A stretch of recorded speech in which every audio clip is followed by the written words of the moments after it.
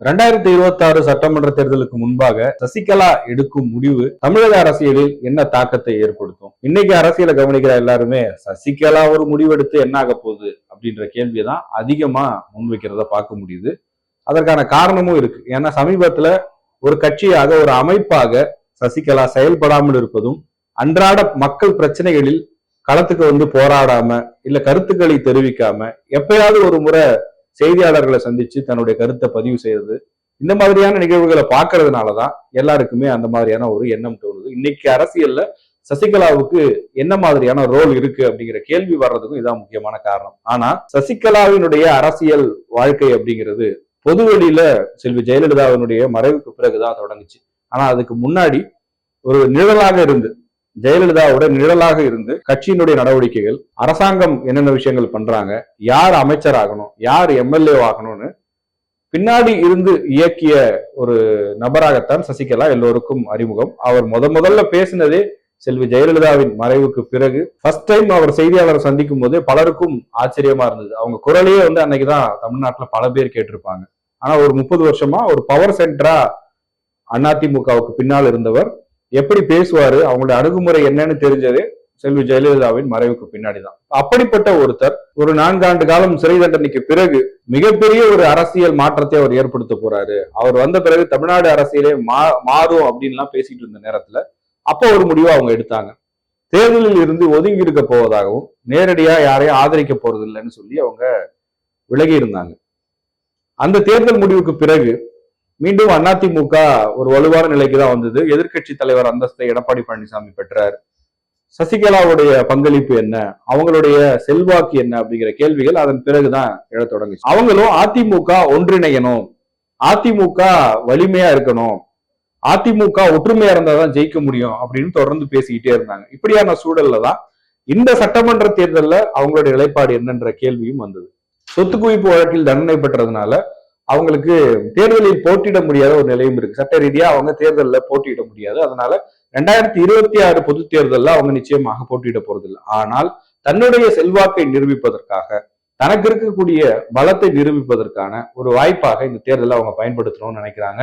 அதுவும் இந்த 2026 சட்டமன்ற தேர்தல் அப்படிங்கிறது ஒரு 4 முனை போட்டியாக இருக்கிறது. புதிதாக அரசியல் களத்துக்கு வந்த விஜய், அவருக்கு இருக்கக்கூடிய செல்வாக்கு 8% வாக்குகளை வாங்கி அங்கீகரிக்கப்பட்ட அரசியல் கட்சியாக தேர்தலை சந்திக்கக்கூடிய நாம் தமிழருக்கு இருக்கக்கூடிய செல்வாக்குன்னு புதிதாக வந்த பிளேயர்ஸுக்கும் ஒரு ரோல் இருக்கு. ஏற்கனவே இருக்கக்கூடிய இருபெரும் திராவிட கட்சிகளான திமுக அதிமுகவும் வலுவான ஒரு போட்டியை களத்துல கொடுக்குறாங்க. இப்படிப்பட்ட ஒரு சூழல்ல சசிகலா எடுக்க போற முடிவு, சசிகலாவின் முடிவு என்ன தாக்கத்தை ஏற்படுத்தும் அப்படிங்கிற ஒரு கேள்விதான் எழுந்திருக்கிறது. ஆனால் அவர் இன்னைக்கு கூட்டம் நடத்தக்கூடிய இடமே அதற்கு ஒரு சாட்சியாக அமைந்திருக்கிறது.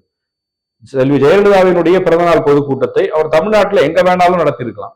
சென்னையில நடத்தியிருக்கலாம், கொங்கு மண்டலத்துல அல்லது டெல்டால எங்க வேணாலும் நடத்தியிருக்க முடியும்.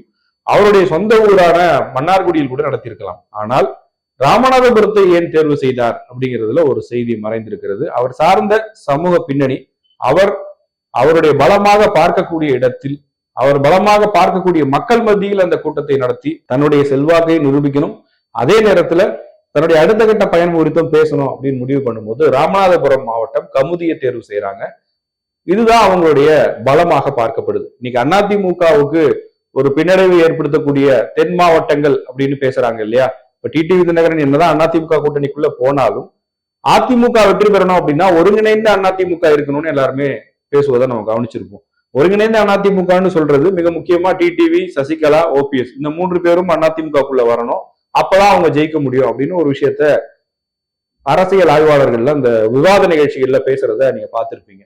அந்த வகையில டிடிவி தினகரன் ஆல்ரெடி அங்க போயிட்டாரு. இப்ப சசிகலா, ஓபிஎஸ் என்ன பண்ண போறாங்க? ஓபிஎஸ் பொறுத்த வரைக்கும் அவர் திமுகவை நெருங்குற மாதிரி தெரியுது. திமுக ஆட்சியை பாராட்டுறாரு. அவருடைய ஆதரவு எம்எல்ஏ திமுக தான் மறுபடியும் ஆட்சிக்கு வரணும், மு.க. ஸ்டாலின் தான் மீண்டும் முதலமைச்சர் ஆகணும் அப்படின்லாம் பேசும்போது ஓபிஎஸ் கிட்டத்தட்ட திமுக கூட்டணிக்கு போக போறாரு, இல்ல திமுக இணைய போறாரு அப்படிங்கிற மாதிரியான ஒரு தோற்றம் இருக்கிற நேரத்துலதான் சசிகலா இன்னைக்கு ஒரு மீட்டிங்கை நடத்தியிருக்காங்க. சசிகலாவை பொறுத்த வரைக்கும் எந்த கூட்டணிக்கு போறது? அதிமுக கூட்டணிக்கு போறதா இருந்தா எடப்பாடி பழனிசாமி முதலமைச்சரா ஏத்துக்கிட்டு தான் போனோம். எடப்பாடி பழனிசாமி முதல்வராக ஏற்றுக்கொள்வதாக இருந்தால், சிஎம் கேண்டிடேட்டா ஏத்துக்கிறதா இருந்தா சசிகலாவுடைய அரசியல் அப்படின்னு தனியாவும் இருக்க வேண்டிய அவசியமே இருக்காது. அதிமுக அவங்க ஏத்துக்கிறாங்கன்னா, அதுவும் எடப்பாடியை இன்னைக்கு ஏத்துக்கிட்டாங்க அப்படின்னா தனிப்பட்ட முறையில் சசிகலா செயல்பட வேண்டிய தேவையே இருக்காது. அவர் பின்னால் ஒரு ஆதரவாளர்கள் இருக்காங்க பாருங்க, அவர்களுக்கான தேவையும் இருக்காது. அப்போ அவங்க எடப்பாடி பழனிசாமி தலைமையை ஏத்துக்கிறதுல ஒரு சிக்கல் இருக்கிறதுனாலதான் தனித்து களம் காலணும், இல்ல தனியா நின்று தன்னுடைய செல்வாக்கு காமிக்கணும்னு நினைக்கிறாங்க. ரெண்டாவது, திமுக பக்கம் ஓபிஎஸ் போன மாதிரி அவங்க போக முடியுமான்னா அதற்கு வாய்ப்பே இல்லை. ஜெயலலிதாவினுடைய தோழியாக மட்டும் இல்லாமல் திமுக எதிர்ப்பதிலும் சசிகலா உறுதியா இருப்பாரு அப்படின்னு அவருடைய ஆதரவாளர்கள் சொல்றது காரணம் என்ன அப்படின்னா, 33 ஆண்டு காலம் செல்வி ஜெயலலிதாவோடு பயணித்த போதெல்லாம் ஜெயலலிதா திமுகவினுடைய அரசியலால் பாதிக்கப்பட்டார். அதை நேரடியாக கண்டவர் மட்டும் இல்லாமல் அதில் பாதிக்கப்பட்டவரும் சசிகலா. அப்படி இருக்கும்போது அவர் திமுகவோட போக வாய்ப்பே இல்லைன்னு சசிகலா ஆதரவாளர்கள் எல்லாம் சொல்றாங்க. அப்ப இருக்கக்கூடிய மீதம் இருக்கிற வாய்ப்பு அப்படின்னு பார்த்தா, நாம் தமிழர் 234 தொகுதியிலும் வேட்பாளர் அறிவிச்சிட்டு தேர்தலை சந்திக்க போறாங்க. வேட்பாளர்களை முழுமையா மேடையில ஏற்றி காமிச்சிட்டாரு சீமான். தாவேகா தலைவர் விஜயோட கூட்டணியா அப்படிங்கிற ஒரு கேள்வியும் இருக்கு. பட் இது என்ன நடக்குமா நடக்காதா அப்படிங்கிறது தெரியல. பட் அது அந்த ஒரு வாய்ப்பு இருக்கதான் செய்யுது. சசிகலா தனிப்பட்ட முறையில் கட்சி ஆரம்பித்து இந்த தேர்தலில் நேரடியாக அவங்க போட்டியிட முடியலனாலும் வேட்பாளர்களை களமிறக்கலாம். ஆனால் அதுல வேறு ஒரு சிக்கல் இருக்குன்னு சொல்றாங்க. அதிமுகவின் பொதுச் செயலாளர் தான் இப்போ வரையும் அவங்க கிளைம் பண்ணிட்டு இருக்காங்க. ஒருவேளை அவங்க தனி கட்சி தொடங்கிட்டாங்கன்னா இனிமே அந்த கிளைம் பண்ண முடியாது, வழக்குகள் எல்லாம் நீர்த்து போயிடும். அந்த வாய்ப்பு சிக்கலாக இருக்கும். அப்ப என்ன பண்ணலாம் அப்படின்னு கேட்கும்போது, அவருடைய சகோதரரான திவாகரன் தொடங்கி வைத்திருக்கக்கூடிய இயக்கத்தின் பேரில் தன்னுடைய வேட்பாளர்களை நிறுத்தி தன்னுடைய செல்வாக்கை காமிக்கலாம். எடப்பாடி பழனிசாமிக்கும் ஒரு அச்சுறுத்தலை இதன் மூலம் கொடுக்க முடியும்னு ஒரு நம்புறதா சொல்றாங்க. அந்த அடிப்படையில தான் அவருடைய அரசியல் பிரவேசம் இருக்க போகிறது. நிச்சயமா அவருடைய செல்வாக்கு, அவர் பிரிக்கக்கூடிய வாக்குங்கிறது அதிமுகவுக்கு ஒரு பின்னடைவை ஏற்படுத்த வாய்ப்பு இருக்கிறது. இது ஏதோ ஒரு வகையில எடப்பாடி பழனிசாமிக்கு நெருக்கடி தான் அப்படின்னு அவருடைய ஆதரவாளர்களும் சொல்றாங்க. பட் இது எப்படி இருக்க போகுது?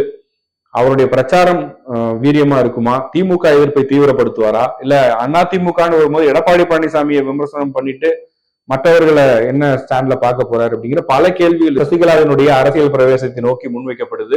2026 சட்டமன்ற தேர்தல் ஒரு சுவாரஸ்யமான சட்டமன்ற தேர்தலா இருக்க போகுது. ஒவ்வொரு கட்சிகளும் ஒவ்வொரு அமைப்புகளும் தங்களுடைய பலத்தை நிரூபிக்கவும், புதிதாக வந்திருக்கக்கூடிய கட்சிகள் தங்களுடைய செல்வாக்கை நிரூபிக்கவும் போட்டி போட்டுட்டு இருக்காங்க. இப்படியான சூழல்ல தான் சசிகலா இன்னைக்கு தன்னுடைய அரசியல் நிலைப்பாட்டை எடுத்திருக்காங்க. உங்களுடைய கருத்து என்ன? சசிகலாவின் அரசியல் என்ட்ரின்றது அதிமுகவுக்கு பின்னடைவை ஏற்படுத்துமா, இல்ல உண்மையிலேயே ஒரு பெரிய சேலஞ்சரா, பெரிய சக்தியாக சசிகலா தமிழ்நாடு அரசியல்ல உருவாக வாய்ப்பு இருக்கா? அவங்க கருத்து என்ன அப்படிங்கிறத கமெண்ட் செக்ஷன்ல பதிவு.